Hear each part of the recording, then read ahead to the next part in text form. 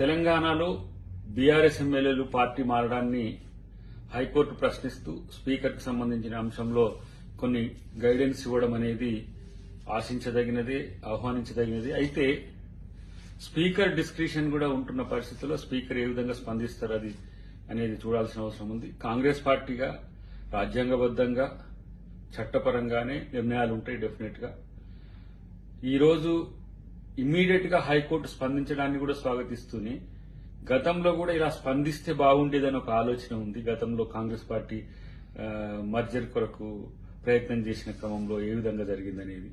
కానీ ఈ అంశం బీఆర్ఎస్ ఎమ్మెల్యేల పార్టీ మార్పు అనేది కేసీఆర్ వైఫల్యం నుంచే వస్తుందనేది తెలుసుకోవాల్సిన అవసరం ఉంది. అటు హరీష్ రావు ఒకవైపు, ఇటు కేటీఆర్ ఒకవైపు నాయకత్వ సమస్యలు వచ్చినాయి వాళ్లకు, ఆయన బయటికి రాకపోవడం కేసీఆర్ గారు, దానివల్లనే పార్టీ మీద నమ్మకం లేక పార్టీలు మారే పరిస్థితి వచ్చింది.